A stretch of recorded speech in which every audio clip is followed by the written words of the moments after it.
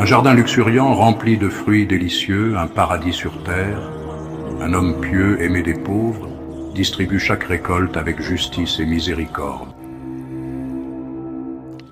Puis un jour, tout s'effondre. Une nuit, sans avertissement, un feu invisible dévore tout. Un verger béni devient un champ de cendres. Mais pourquoi? Qui a osé défier la volonté d'Allah? 5 frères, un serment secret, une trahison des cieux, une punition foudroyante. Encore une fois, nous vous présentons une autre histoire, une véritable histoire racontée dans le noble Coran, pour toi, pour moi, pour tous ceux qui oublient. Reste jusqu'à la fin, car cette histoire pourrait bien changer ta vision de la vie, de la richesse et du jugement d'Allah Tabaraka wa Ta'ala. Prêts à entendre cette histoire? Commençons. La vie des gens s'intéresse à cette histoire. Elle parle d'un comportement qui fait partie des caractères des gens de l'enfer, que les anges invoquent contre celui qui le possède chaque matin et chaque soir. C'est l'histoire des gens du verger et ce qu'ils ont fait pour que Dieu les punisse et comment fut le châtiment d'Allah pour eux. Une histoire de grande épreuve. Cette histoire a été donnée en exemple par Allah aux mécréants de Quraysh à propos des bienfaits qu'il leur avait accordés en leur envoyant le noble et généreux prophète. Mais ils l'ont accueilli avec le démenti et l'opposition. Ils ont traité de menteur le messager de Dieu, Muhammad, paix et bénédiction sur lui, alors qu'Allah leur avait accordé une immense faveur en leur envoyant un messager parmi eux, paix et bénédiction sur lui. Ce verger appartenait à un homme du Yémen, et il faisait partie des gens du livre, car cela se passait avant la mission de notre prophète Muhammad, paix et bénédiction sur lui. À cette époque, il restait encore au Yémen des Juifs et des chrétiens. Cet homme pieux, issu des gens du livre, vivait dans un village nommé Darwan, situé à 6 milles de Sanaa. Il y vivait et possédait un verger dans lequel se trouvaient toutes sortes de fruits. Cet homme pieux ne faisait pas entrer un fruit de ce verger chez lui sans l'avoir d'abord divisé en 3 parts. Une part pour les pauvres et les nécessiteux, une part pour sa famille et une part qu'il réinvestissait dans son champ pour la culture. C'est pour cela qu'Allah Tabaraka wa Ta'ala bénissait sa subsistance, ses biens et ses enfants.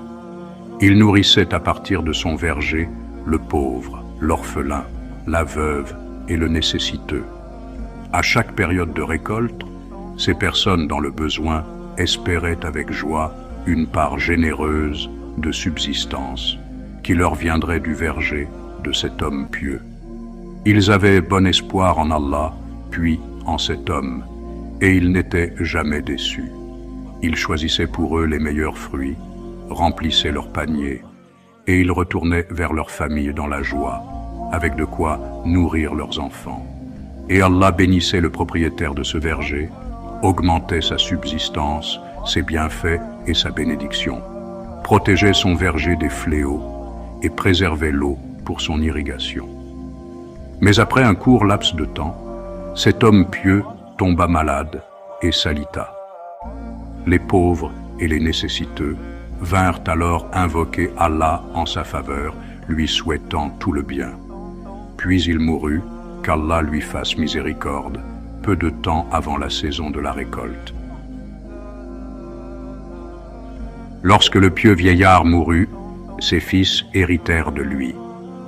Il avait 5 fils. Tous ne suivaient pas la voie de leur père. Leurs avis divergeaient. Certains aimaient suivre le chemin du père. D'autres y étaient fermement opposés. Le chef de ceux qui s'opposaient à cette voie était l'aîné d'entre eux. La plupart étaient éloignés de la piété et du respect des droits du pauvre et du nécessiteux. Cette année-là, le verger donna une production que jamais il n'avait produite auparavant. Lorsqu'ils virent cette abondance, ils devinrent arrogants et injustes. L'un d'eux dit aux autres, « Notre père était insensé, il distribuait ses fruits aux pauvres. Engageons-nous tous à ne rien donner cette année aux pauvres et aux nécessiteux, afin que nous devenions riches et que nos biens augmentent. Alors, le plus juste d'entre eux, le meilleur, et celui qui ressemblait le plus à leur père pieux, leur dit: Ô mes frères, suivez donc la voie de notre Père. Mais ils refusèrent et s'y opposèrent. Il tenta de les raisonner, de les détourner de cette opposition à la voie de leur Père, mais ils commencèrent à le haïr et faillirent même à vouloir le tuer. Alors le fils le plus sage se soumit à leur volonté à contre-cœur, tout en désapprouvant leur acte. La première chose que firent ses frères fut de jurer qu'ils récolteraient le verger dès le matin, sans rien laisser. Allah dit dans le Coran: Nous les avons éprouvés comme nous avons éprouvé les gens du verger qui avaient juré d'en faire la récolte au matin, sans dire « si Allah le veut ». Sourate Al-Qalam, versets 17-18. Ils se réunirent, discutèrent, débattirent entre eux, puis décidèrent et jurèrent de couper les fruits de leur verger tôt le matin. Pourquoi voulaient-ils le faire si tôt? Pour que le pauvre, le mendiant et le nécessiteux ne s'en rendent pas compte, et qu'ils puissent ainsi s'emparer de toute la récolte, sans rien en laisser aux pauvres. Mais ils ignoraient que Dieu les guettait, car ils voulaient priver le pauvre et le nécessiteux de leurs droits, à tel point qu'ils ne firent aucune exception. Ils ne dirent pas « si Dieu le veut » dans leur serment, et ils n'avaient aucune intention d'exclure quelqu'un de leur décision. Ils avaient la ferme volonté d'agir, sans mentionner la volonté divine. Ainsi, ils ne firent pas d'exception dans leur serment, ni en faveur d'un pauvre, ni d'un nécessiteux. Leur décision était ferme. Ils récolteraient les fruits dès l'aube, sans rien laisser aux nécessiteux. Et c'est alors que survint la punition. Ils avaient résolu de commettre le péché et avaient prémédité leur décision durant la nuit. Mais Allah avait également décrété sa punition contre eux pendant la nuit. A dit dans le Coran: Alors un fléau venu de ton Seigneur s'abattit sur leur jardin pendant qu'ils dormaient. Sourate Al-Qalam, verset 19. On dit que ce fléau fut un fléau céleste, un châtiment venu du ciel, envoyé par Allah. Glorifié soit-il, qui atteignit le verger durant la nuit, alors qu'ils dormaient profondément, plongés dans leur sommeil, insouciants du plan d'Allah contre eux, lui qui ne dort jamais. Leur jardin devint alors semblable à une nuit noire par l'incendie qui le dévora, semblable à un verger dont les fruits ont été coupés, et il ne resta plus rien d'utile. Ces ingrats avaient juré de ne rien donner aux nécessiteux de leur jardin. Alors le résultat de leur mauvaise intention et de leur résolution à faire le mal fut qu'un malheur entoura entièrement ce verger, le détruisit complètement, au point qu'il devint une terre brûlée, privée de fruits, et qu'il n'en resta rien de profitable. Alors ils s'appelèrent les uns les autres au matin, selon leur plan initial. Ils poursuivaient leur programme, et l'un d'eux interpella l'autre pour aller à la cueillette, à la récolte et à la coupe des fruits. Ils s'appelèrent mutuellement: « Venez, allons-y. Allons à notre verger si vous voulez vraiment en récolter les fruits, si vous êtes décidés et fermes dans ce que vous avez projeté. » Sourate Al-Qalam, verset 22. Ils partirent tout en parlant à voix basse. Ils se hâtaient, se chuchotant entre eux, afin que personne ne puisse entendre ce qu'ils disaient. Ils cachaient leurs propos par crainte que la nouvelle n'arrive aux oreilles des pauvres et des nécessiteux. Et ils se mirent d'accord pour ne rien offrir à Allah de cette récolte. Quelle mauvaise intention et quelle mauvaise action! Regardez cette intention, combien elle est grave et mauvaise. Et quand ils arrivèrent à l'endroit, qu'ils le regardèrent, ils crurent s'être trompés d'endroit. Allah décrit cette scène en disant: « Puis lorsqu'ils la virent, ils dirent: Nous nous sommes égarés. » Sourate Al-Qalam, verset 26. C'est-à-dire, lorsqu'ils aperçurent leur verger, noirci, calciné, ils crurent à tort que ce n'était pas leur verger, pensant s'être trompés de chemin, avoir pris une autre route que celle habituelle. Ils dirent, « Ce n'est pas notre jardin. » Le chagrin, la tristesse et le regret apparurent sur eux. Allah dit, le plus raisonnable parmi eux dit, « Ne vous avais-je pas dit? Pourquoi ne glorifiez-vous pas Allah ?» Surat Al-Kalam, verset 28. Pourquoi ne dites-vous pas « Si Allah le veut » L'expression « exception » ici, chers amis bien-aimés, désigne le fait de dire « Inch'Allah ». Certains disent aussi que leur exception, à cette époque, consistait à glorifier Allah, c'est-à-dire à dire « Subhanallah ».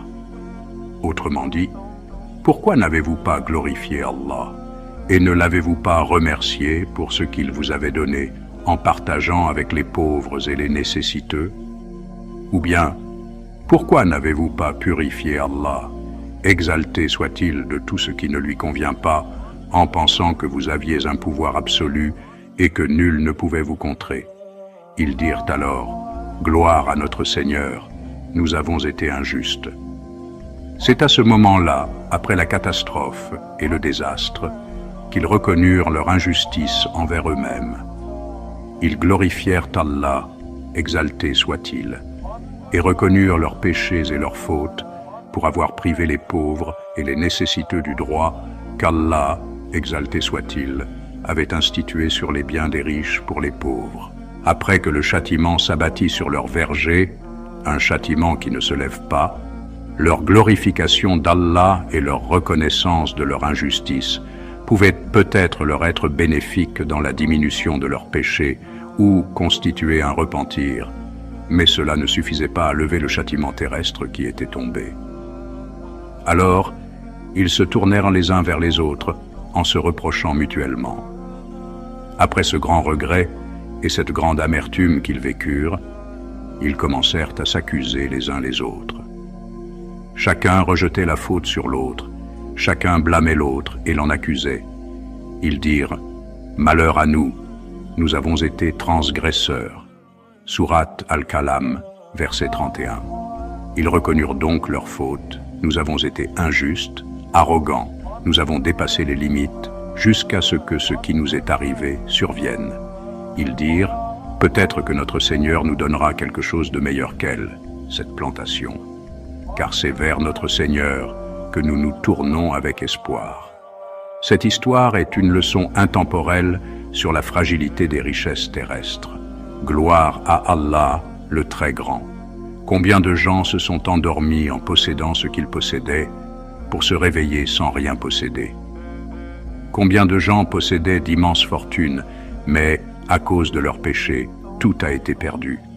Combien d'hommes possédaient des propriétés, des voitures, des vêtements, et à cause de leur consommation d'usure, riba, ils ont tout perdu? Combien de gens ont refusé ou cherché des ruses, ou ont inventé 1000 manières d'éviter de sortir la zakat, qui est le droit d'Allah pour les pauvres, dans les biens des riches, et ont ainsi perdu toute leur richesse, exactement comme ce qui est arrivé aux gens du verger lorsqu'ils ont refusé de donner un tiers de leur récolte. Le jardin tout entier a disparu. Ô Allah, nous te demandons l'obéissance à toi et à ton messager. Paix et bénédiction sur lui. Ô Allah, pardonne-nous, guide-nous sur ton droit chemin et affermis-nous sur ce chemin, ô Seigneur des mondes. Ô Allah, toi qui fais tourner les cœurs, affermis nos cœurs sur ta religion.